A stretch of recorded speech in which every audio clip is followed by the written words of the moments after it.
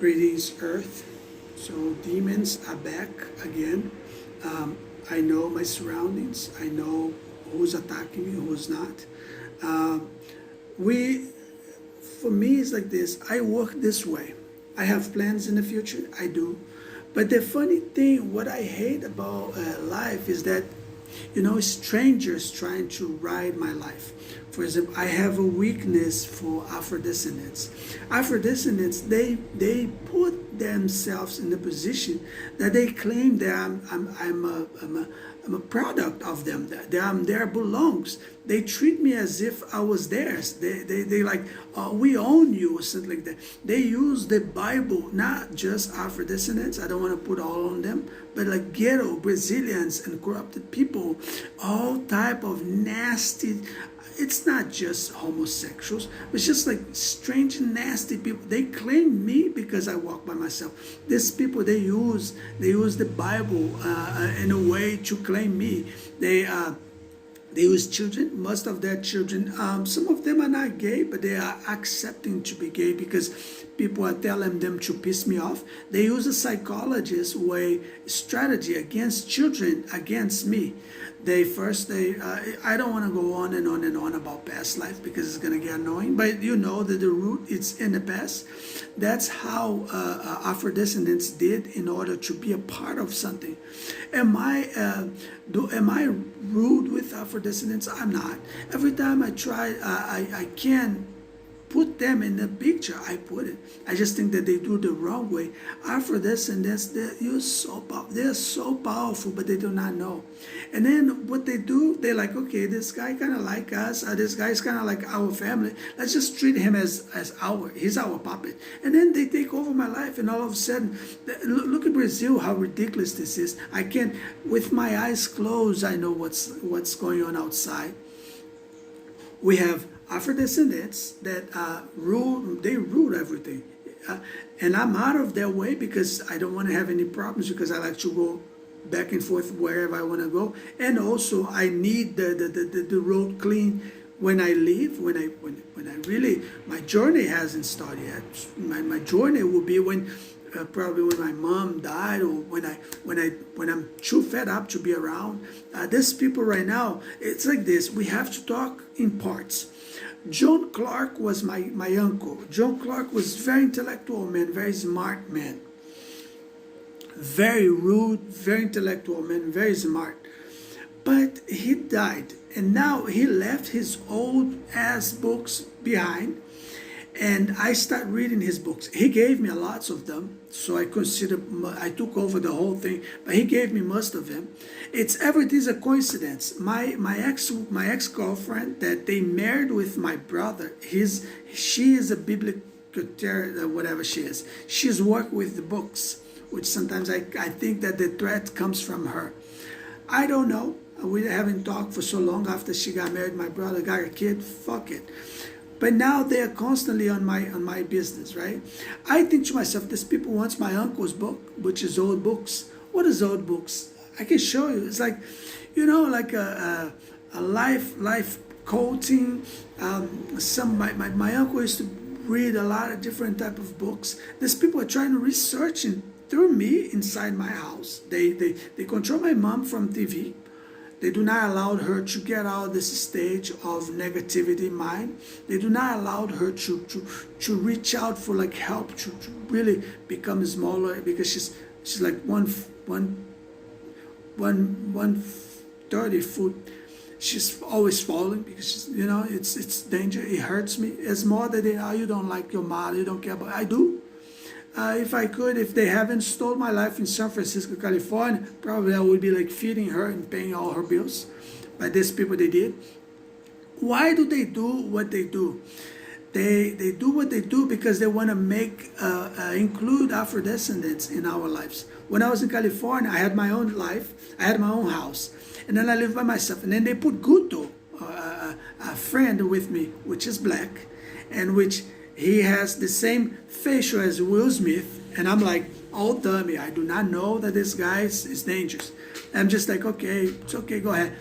And then he becomes this ass lame roommate, get a Puerto Rican and then get tons of problems and then this and this and that. And then they steal my family's house over there with another black guy. They stole my family's house from there, stole her car, stole her house.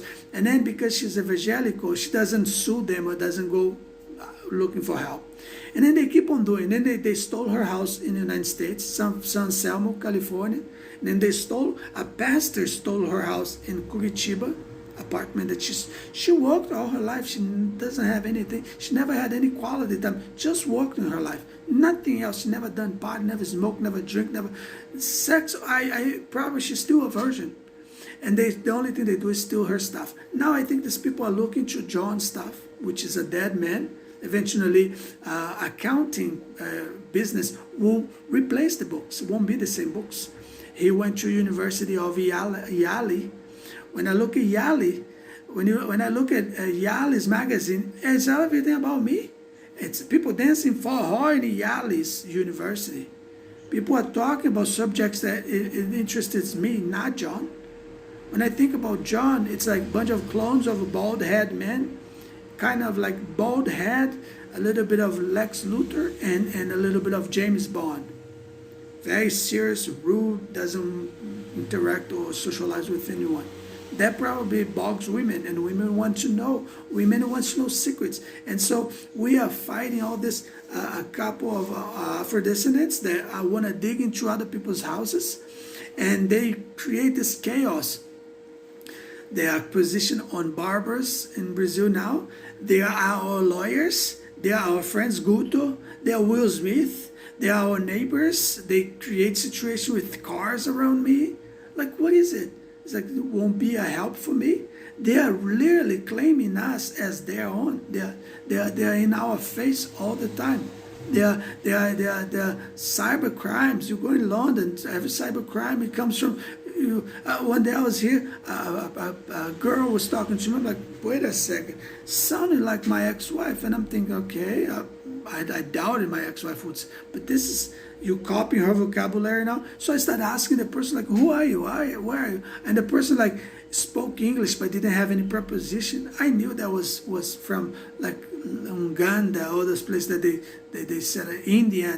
And India and Africa, South Africa, and all those African descendant areas, they're specializing only in cybercrime, to fool people, to make people transfer money to them, either West Bank or West Union and so on. I got a hit from like a GoPro. The person was in Ontario, Canada.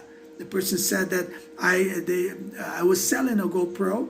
It was like $1,200, 1,200 reais.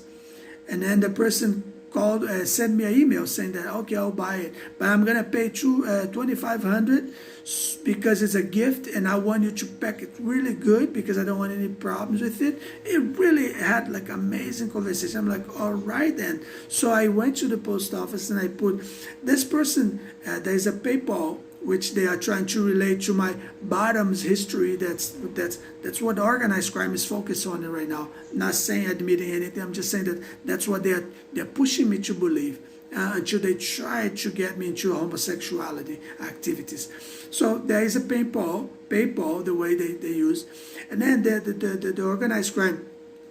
They create a fake page that will come down in front of your page, your account.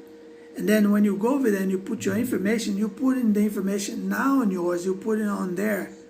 And then you put your information. They not only steal your information from you, when you leave the site, they will take their page out, and then they will collect your information. Then, like myself, I'm like, okay, I want to PayPal, I open an account, so what now? And they're like, okay, go over there because I'm going to send you the money.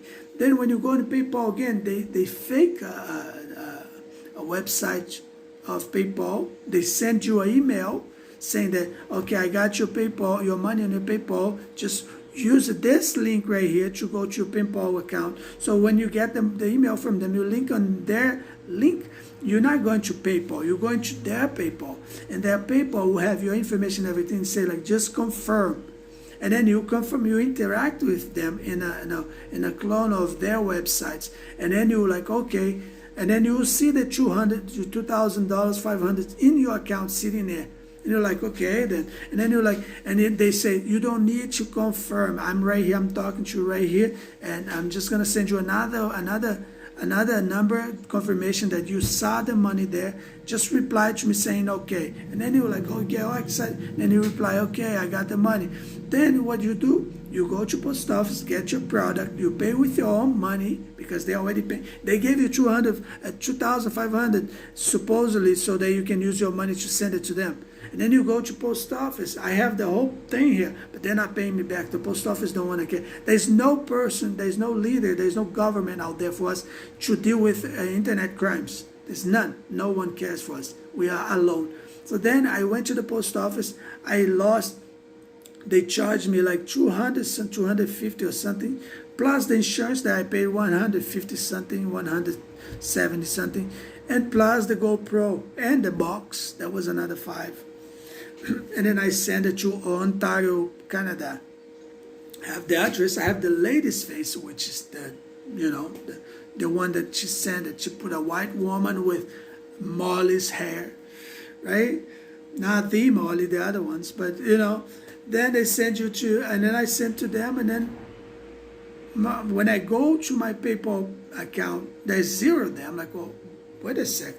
And then you keep on, okay, the PayPal has no money. When you go to email, it's just an email that someone sent it to you with like a fake page saying that you have the money with a picture of a 2,500 in that page saying that it's your page with your name and everything else.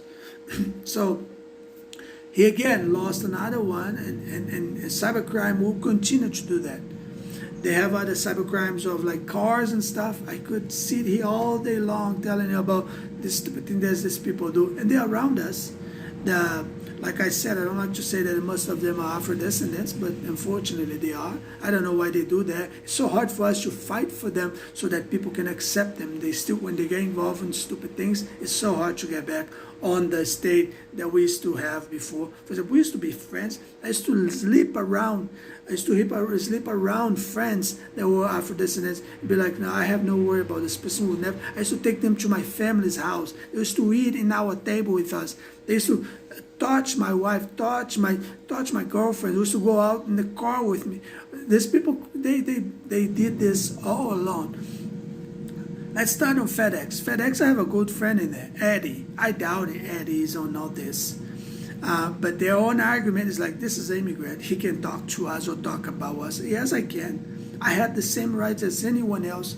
You know who I'm talking to now? I'm talking to the FBI. I'm just waiting until things get down. Probably I will go back. If I get the money, I probably will get back. And once I'm there, I know you're smart. We will restart. We'll restart roommates again. Most of you are going to be married, minding my own business because then you have no business of your own. You always mind mine. So I don't care. It's a risk I have to take. You'll be always minding my business because probably your wife wants me. Probably she wants, like, she's fed up by you. I don't understand. I will never, do that to you because I know how hard it is to have a wife. I think that when you have a problem with the wife, it's because you're not putting the rules like in the table for her.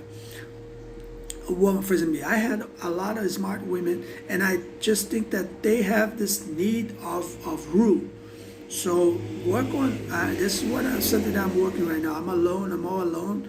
But I still have obstacles in life. Every time I try to walk in the house, Afro-descendants and ghetto, they create a storm outside, telling me like, you're not gonna make it.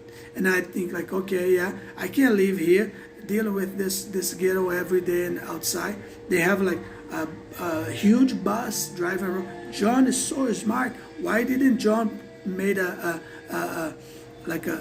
bridge with like a toll bridge around here so that these people would pay every day? They make chaos 24/7 for over his house. He would be filthy rich by now if he had a toll charge from this ghetto. That there's so many streets, but they bring huge trucks to drive around me to make a loud motorcycle. It's all set up. FedEx was set up. Corporate Express was set up. YouTube is set up. Internet is set up. Everything's set up. In the United States, internet is so fast.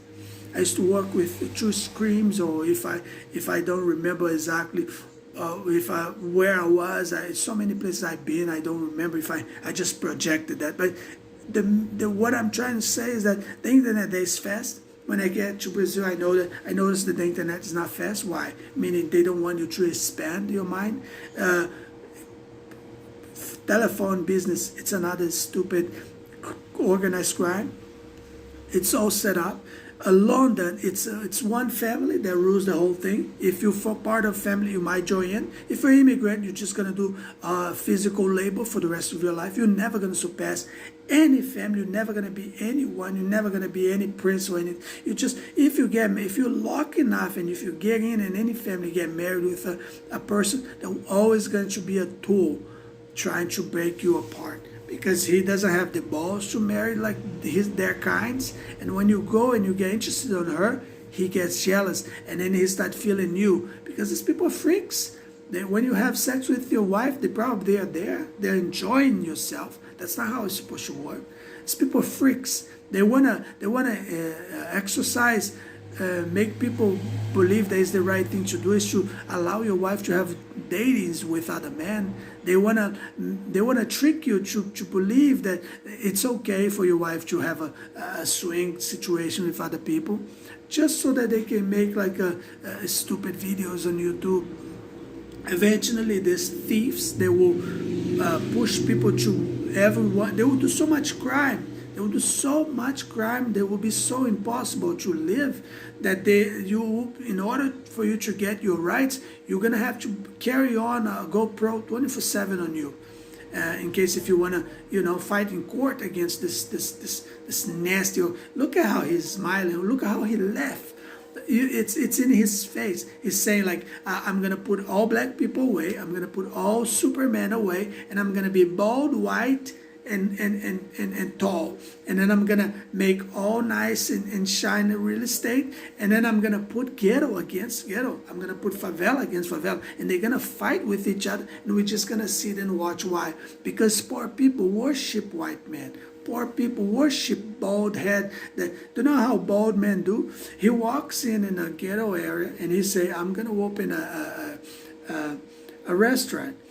And then he goes like, okay, who's the strongest man? And he sees me, like, this guy has to be a waiter for the rest of his life. And then he goes to a bank, and he brings a blonde woman or some girl, and goes to the bank and say, I want to get loans. How much you want? I want like 400,000. How are you going to pay? Oh, my kids will pay it. What kids? Oh, she will get pregnant eventually. And then he get $400,000 in the bank. And then he goes in neighborhoods in poor areas, and he put a ad on the newspaper. I need a crew for a new restaurant. And then will show up black people in the kitchen, another bald head, Lex Luthor for kitchen, another couple men that didn't make in life as a waiters, and some women that will eventually try to steal the waiter's position or to be a cashier or a host, because that's what she does. Then he put like plates of 30 reais, 40 reais, 50 reais, and then he goes online. Only he can have interaction with other people online. For example, you see me, I make videos, no one interact, because they make sure that no one interacts with me. Then the bald man goes over there, hits one email, everyone know that he will be at the restaurant. And it's like, I want a confirmation, who will show, who doesn't have money, don't worry, you don't have to pay. It's just a exercise for the future. Then what he does, he collected like a couple 6 months, 50, 30, 40 reais of a plate. That's just like, some of them are good. He gets the best cook the area, and then he collects that money from the rich area, and then he keeps on moving. After 6 months, he say that he's like bankrupt, and then they will fight how he's gonna pay for the crew and that later on. And if you don't go after these people, they just disappear. They make sure that regular people like myself cannot travel. They put like a very hard time for us to get a visa to anywhere. And even if you get a woman, they will say that you only have that woman because of green card and stuff. They harass you in all kind of ways. There is no way you can even breathe. They will hit you, they will pound you until you're on the ground, until you become homeless. Then this man take this restaurant, close it, and then there will be a fight in court. And then his lawyers will fight, and his lawyers will claim, and then they will put a good-looking lawyer, they will put a tall lawyer, a lawyer that has a white hair, that will intimidate the other lawyers, and he was always going to win from society. And then he takes all the good restaurants that regular people can get 10% and buy a car or fix their homes in the ghettos that they just invade the land and haven't become a municipiat. I don't know. Then he makes everything as a fast food because he wants you to stop in a way to stop in a metry and become like a fast food a little boy, even though you're in the 40s. Meanwhile, ghetto crime are graduating their own lawyers, their own men as lawyers, as police, and then he becomes. Do you know that guy that plays a country music? You know, and says he's blonde and he was made the most sexy man alive. He's the father of all of them. And he's usually in fishing, he's in hunting, because he's positioned himself in hunting and fishing against men like me. When I hit the road, there will be clones of him over there, most of it gay, and will try to choke me, to steal what I have, or to try to rape me or something like that. Probably I'll murder him and will spend the rest of my life in jail. It doesn't have to be that way, because there is paradise in Brazil.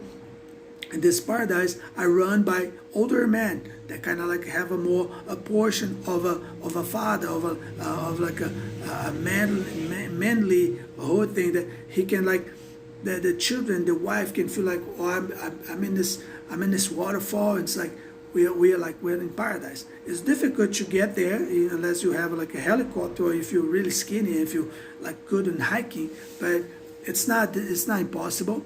So meanwhile, most men, they'll position themselves as either criminals or police officers.